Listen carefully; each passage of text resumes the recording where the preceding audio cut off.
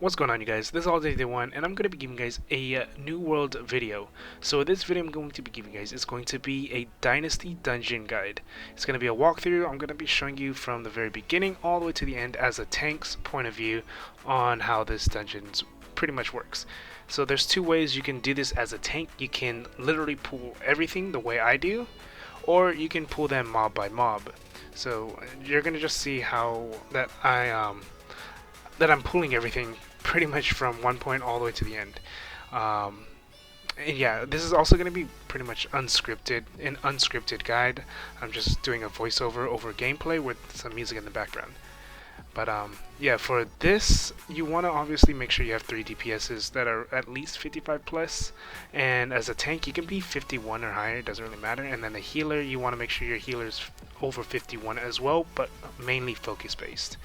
So right here, you want to just go ahead and aggro those enemies. I do kind of stall here because I didn't realize our healer was AFK for a bit, so I tried to keep them kind of like bunched up here and keeping the aggro on myself. But typically you would just go ahead and grab these mobs and then run them straight into the little cave, because in this cave there's going to be another set of mobs that you're going to have to kill, and there's a summoner actually in here that you're going to encounter and that you're going to want to actually kill. When you guys do go here, make sure you have the DPSs all focusing on the summoner, primarily the summoner, and the tank is going to try to keep as many ads around the summoner as possible. And as a tank, you want to make sure you have anything that you can use that'll obviously taunt. Obviously, you want to use a taunt gem.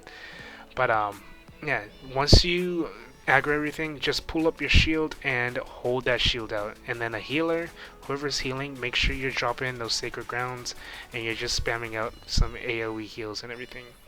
And mainly trying to keep the tank alive. The DPSs, I mean, it's up to them whether they're melee or not. If they're ranged DPS, then it's easier.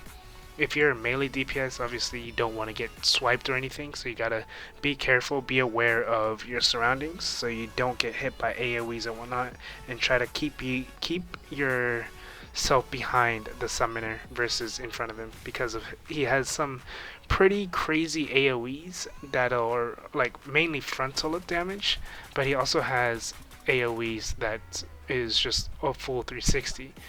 You can also interrupt the summoner. So if you have a hammer, you can pretty much keep him stun locked. If you have sword and shield, you can use shield bash or shield rush or fire staff. I think there's a few abilities that can interrupt. I'm not exactly sure. I haven't really bothered using any ranged weapons yet so much, so I can't really confirm on that.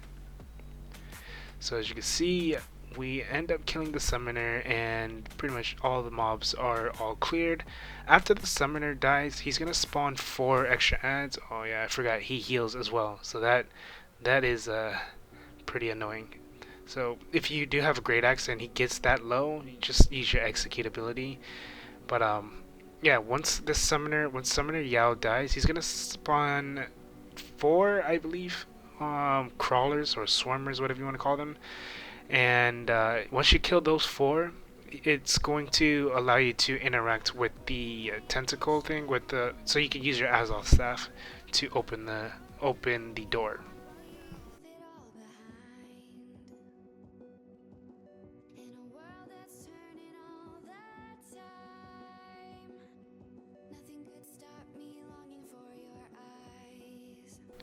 And also, when you pick up your quest that's right outside of the Dynasty Shipyard, you gotta make sure you pick up those shackles as well. It's gonna be giving you 12,000 XP when you do complete it, plus you get the level 60 box as well. So I would highly recommend making sure you pick those up. The first chest is going to be literally right outside of that door, so you're gonna go ahead and pick that up. Try to be on the other side of the gate so you don't really draw aggro. Now here you can either do what I'm doing here, or you can just aggro boat by boat.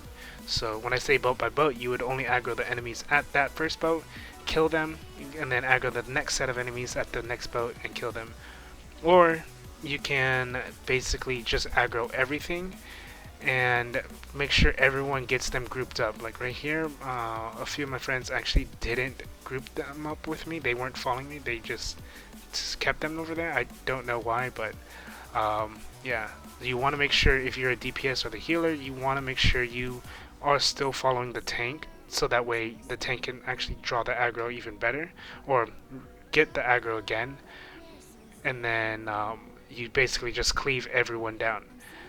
And then if you wanted to get this part done a little bit faster, you can have one of the DPSs just go around and interacting with all the barrels at the boats and one at the door.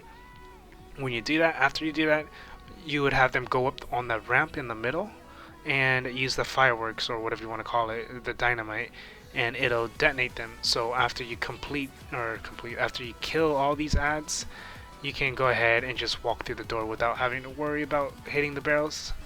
Not that it's really a big issue, it's just kind of more of a quote-unquote speed run, I guess, strat.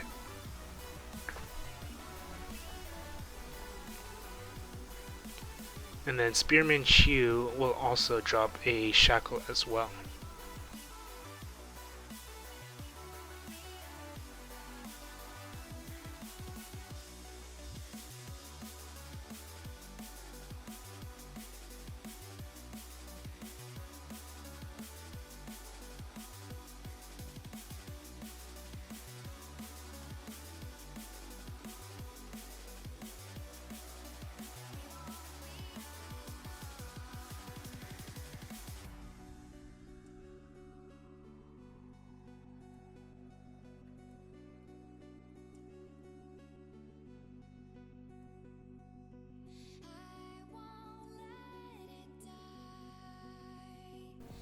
Alright, so now that you've completed those enemies, once you've killed those enemies and you've completed with the barrels on the two boats and the door, you're going to end up fighting your first maiden. So you already fought the summoner, which is a new enemy type, but the maiden is also going to be one of the bosses, or two of the bosses that you're going to see. So the maiden is going to have three different attacks. Just this first maiden though only does the dragon ring. I normally just call it the ring, but the two maidens you will be fighting just right after this four enemies is going to have the ring, which is the dragon that summons around or flows around the maiden. It's going to have a cone, which is going to wrap the dragon around the maiden and then breathe like a purple fire breath in a cone shaped in front of them. And then it's going to have train. So train is going to have the maiden aiming at one target, and it's going to shoot the dragon straight through. So that's why I just call it a train. So you have train, cone, and ring. So right here, this is what the ring looks like again. So another neat trick, if you are a melee DPS, you can, if you want to play it safe, just back out from it. But if you are pretty good at dodging and timing, you can dodge right before she summons the ring. So what you can see the outline, and then you can just dodge inside as soon as the ring actually goes off. So as a tank, you want to make sure you do taunt all three of them, and make sure if you are a DPS, a ranged DPS, don't shoot or don't hit any of those enemies, because it'll separate all three. You want to try to keep all three together, so that way you can have all the DPSs cleave down the maidens and also do some damage to the big guy. I think the commander is what his name. Yeah, Commander Chen. But if you're a DPS, make sure you take out the maidens first. As you can see right there, that was actually the train, the one that just went straight forward. So right here, that is the cone. So for me, it's kind of hard to see the train and cone going off. Sometimes I can see the ring, but I just have so many things I have to kind of like look out for that I just don't really bother too much with the train and cone, because they don't really hurt as much as they do compared to the last boss, when the last boss uses these same mechanics. As you can see, that was cone. And that is it for the maidens, and now all you have to do is just worry about Commander Chen, which is really easy. His attacks, I mean, it's pretty easy to see. As you can see, he does, what, 4 swipes right there? So, yeah, he does like 3 spins and then a leap and then slams. So, if you are afraid of your stamina just dying out, block the first 3, I guess, the first 3 swipes, and then just dodge to the side so you don't actually like break your stamina from him. Also, if you are a tank, I would highly recommend don't don't always hold your block. Make sure you are hitting in between so you always rebuild your stamina back up. So the next chest is going to be right over this wall and through the trees, and you're just going to keep going straight, and here's the chest.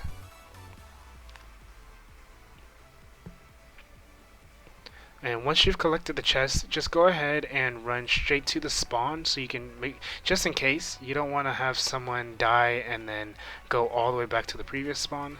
So you're just going to pick this spawn up, and you're going to just go ahead and go across the river. You don't have to go across the river. For me, I just found it to be faster, so you don't have to worry about fighting the enemies while you're placing the barrel down right away. So you're gonna have to basically do this 2 times. So this is I guess a wave length fight. I don't know if it's based off a timer or if it's based off of an actual set amount of enemies that you have to kill, but just know that it's long. It's probably the longest thing you have to do in the dungeon, honestly. The boss fights don't really take nowhere near as long, and no other section really takes as long as this either. So, but yeah, you're basically doing this twice. You have to do it here and then in another area. But this is basically to test, I guess, the clearing capabilities for your DPS and your tanking capabilities for your tank, and possibly even your healer.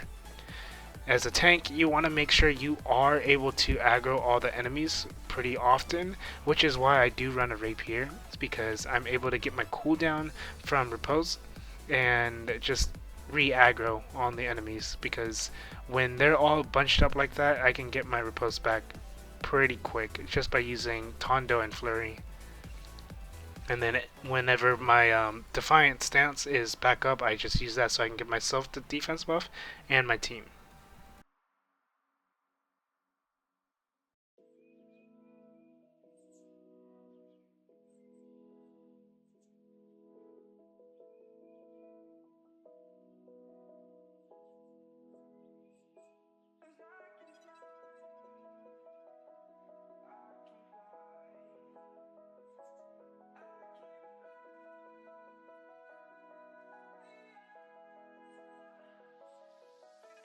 Crawling around, searching for higher ground. Can't see in front of me, my enemies. I've tried every possibility, ability to know if I can bleed. If that's what you wanted, you won't get it tonight.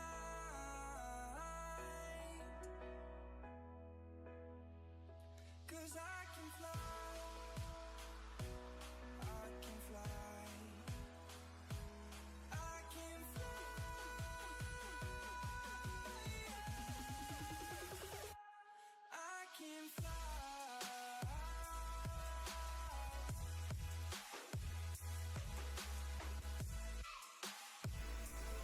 Oh yeah, and now you, once you complete this and you've defeated, I think it's Lieutenant Bolin or Captain Bolin, whatever his name is, make sure you do and go pick up that Dynasty Shackle. Last time I forgot about it and I missed out on free XP. So yeah, make sure you go and pick that up.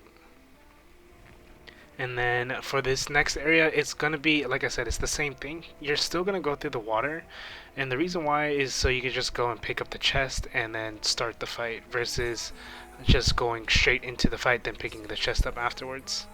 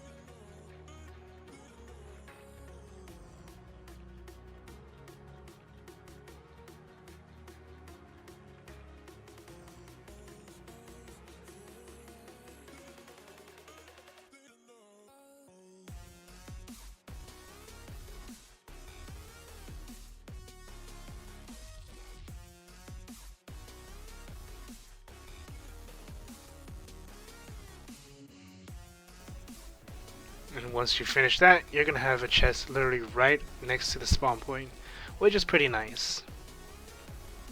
So for this boss, you're gonna fight a boss that actually looks like an enemy or a boss that it actually belongs into ESO, Elder Scrolls Online. Her name is Isabella. She's not really anything special. She's got some pretty decent mechanics and whatnot. In the very beginning, she's gonna spawn three ads on a random player. Luckily, it was on me, but it doesn't really matter. Sometimes she'll spawn it on the healer or whoever the ranged DPS or melee DPSs are. All you have to do is just taunt them, and then they just die pretty much instantly.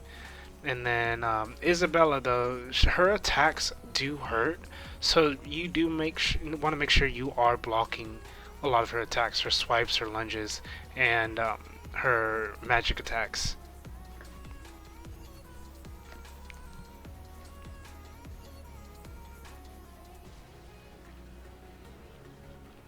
And then you're also gonna hear her say "on your knees" or something like that. She said, I believe she says "on your knees."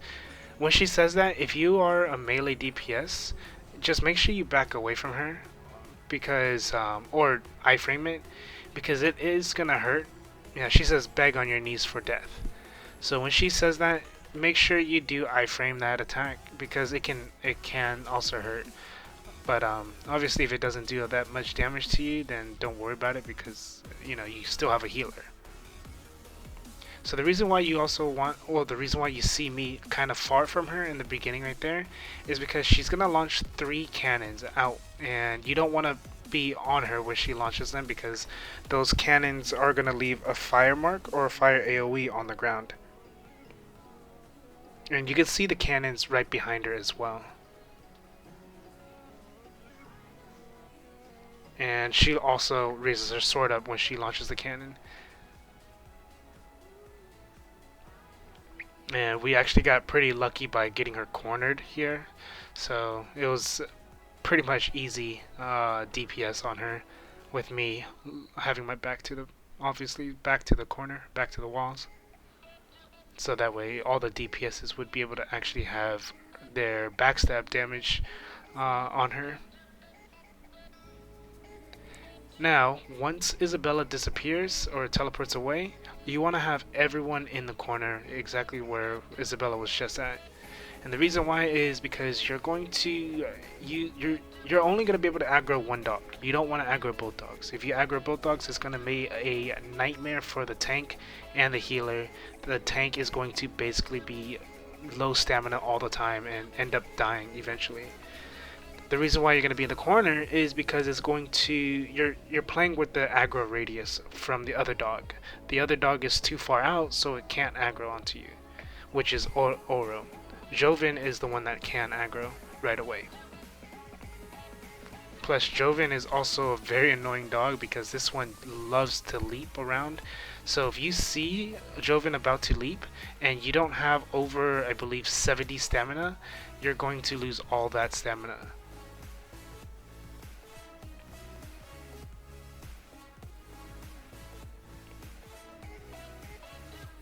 Alright, so now that you've killed Joven, once you are on Oro, just know that he does like a corrupt breath or whatever you want to call it. Sometimes he can do it like 3, 4, 5 times in a row, so be aware of that. But what's nice about Oro is he actually doesn't do a lot of damage to your stamina. That's only Joven.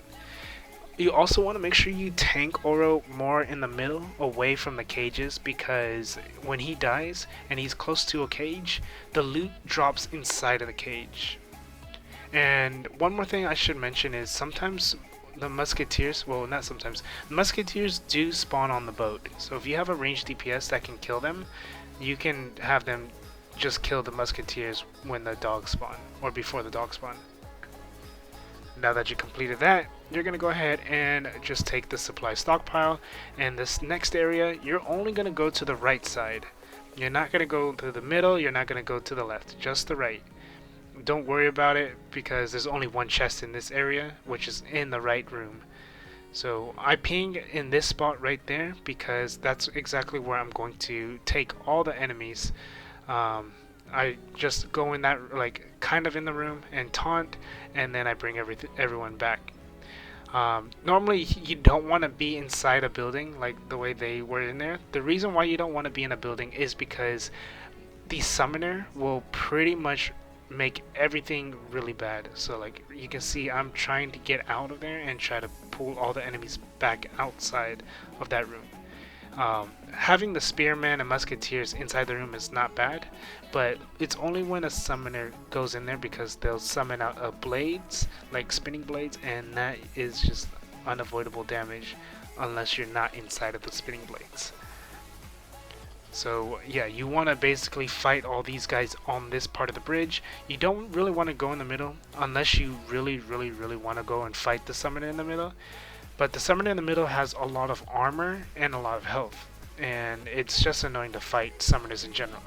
So if you're just trying to get the completion, just go through the right side and get the chest, and then go downstairs and go up, and then go up the next set of stairs. So as you can see, the summoner that was supposed to be there is here now. And I tried to go down, but some of my friends, I guess, didn't get the memo I was going to the next area. So they just kept fighting, which is fine.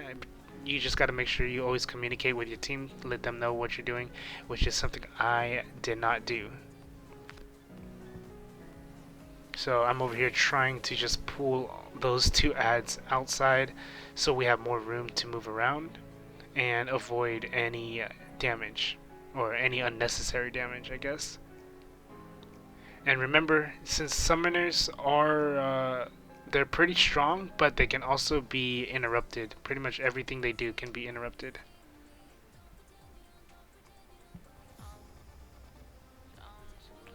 So once you've done all that, you've gone through the red room, you cleared it, you're going to just go ahead and go straight up the stairs and fight the Captain Kaiwei, I believe that's how you say his name. So you fight him and his three minions, or trainees, spearman, musketeer. The reason why you need to kill him is obviously for the gate key. You don't need to kill anyone else aside from him, to be honest. But obviously you're going to need to kill these other three because they're already here. And then once you also kill him, he's going to allow you to... The chest next to the gate is going to be unlocked.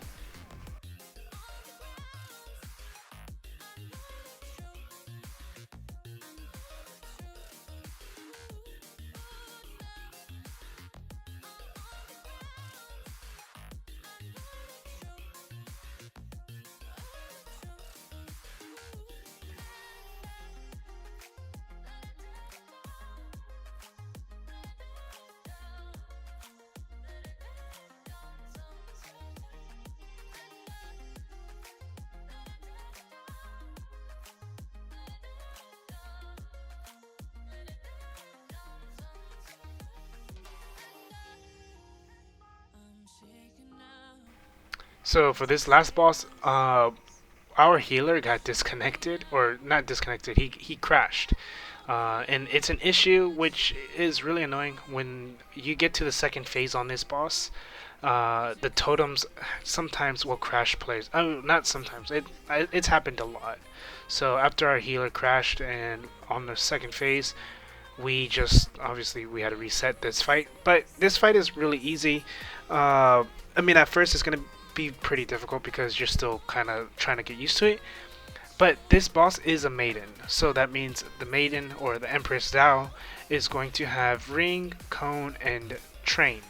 And she also has a new skill added, which is a wave. Which the wave you will see in from the final boss from Starstone, when the boss jumps up in the air and then a wave comes out. All you have to do is just dodge into it, or you can block it to take minimal damage. Not minimal, but you know, like half the damage normally. But yeah, it's not too bad. And then obviously if the tank has the aggro, the tank is just gonna have to block a lot, because she's gonna do a lot of like darts attacks, ranged attacks, and swipes, and they can hurt pretty bad if you're not careful. So you want to make sure you do tank those. And then her rings, her cones, and her trains do hurt a lot. Even as a tank, they will still hurt quite a bit. So you do want to make sure you try to avoid those. But again, if you're a melee DPS and you want to be a little bit more greedy and you're a little comfortable with your iframes, you can always iframe the ring. So you're gonna see 5 ads spawn out. 3 of them are gonna be melee, and then you have 2 ranged, 1 summoner and 1 musketeer. And then and you're also gonna see 2 totems spawn, or 2 pedestals.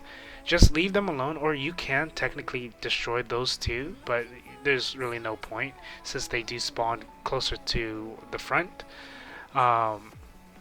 As a DPS, you want to make sure you take out the musketeers and the summoners first. Don't worry about the melee enemies. You want to take out the ranged enemies, and then the melee enemies will come to you. So once you take out the musketeer and the summoner, just go into the corner. The reason why you want to go into the corner is because the boss, when she comes down, she's gonna shoot 3 orbs out at one of you. So there's 5 of you, and she's gonna shoot out 3 of them. So it's gonna be 3 random orbs or pedestals. Once she shoots out the 3, you're just gonna run out and go closer to the gate, just to try to pull her to you. And the thing is, the reason why you want those pedestals over in the corner is because they're gonna do the same abilities she does. So they'll be able to summon the train and cone and ring. The cone and the ring are not bad. They're literally not even dangerous at all. They don't do wave, which is good. But the more dangerous one is train, because the train will follow until it's shot out. Once it's shot out, it just goes in a straight line. But as a DPS or a healer, you're probably gonna have low health amount, and if you get hit by 2 trains, you're probably gonna end up dying. If you're the tank and you get hit by 2, you won't die, but you will still get applied burn damage. But if you get hit by 3 or 4, you're pretty much dead. But yeah, that's pretty much it with this. You're really just you're doing the same thing over and over, or not over and over, but it's the same fight from the very beginning, where you fight the first maiden, and it's just with extra abilities. And then also you have the cones, or not the cones, the totems. But really, you don't have to worry about fighting the totems at all. The reason why you don't want to kill the totems as well is because even if you kill it, she's gonna respawn them, and she's gonna put them on top of a random player. So that's why you don't really want to bother with destroying any of the pedestals. Just leave them alone. Make sure you get them piled up in the corner, and then move away from it. And once you do all that, you're done, and you have completed Dynasty, or Dynasty Shipyard. That's pretty much it. Hopefully this helped you guys out. I know this is probably a really bad guide, but I'm sorry. I wanted to also make sure you guys could see from a tank perspective, and just have me voice over it and everything, so you guys can know what I was doing and everything, as well as knowing the mechanics. And for those of you that are trying to, I guess, just run through this as quick as you can, then you can kind of use this as a reference, I suppose. Also, if you're trying to be a better tank, I'm not gonna say I'm the best tank, but I do think I am a really good tank when it comes to doing dungeons, just because I generally know how to try to keep as much aggro as possible. But I'm going to probably post a tank guide video as well for dungeons. Obviously not for PvP, it's completely different builds. But yeah, hopefully this video helped you guys out. If it does, go ahead and leave a like, comment, subscribe. If you have any questions or concerns, let me know down in the comment section as well, and I will try my best to help you guys out to the best of my ability. And yeah, that's pretty much it. This is all Day 1. Have a good day, good night, and peace.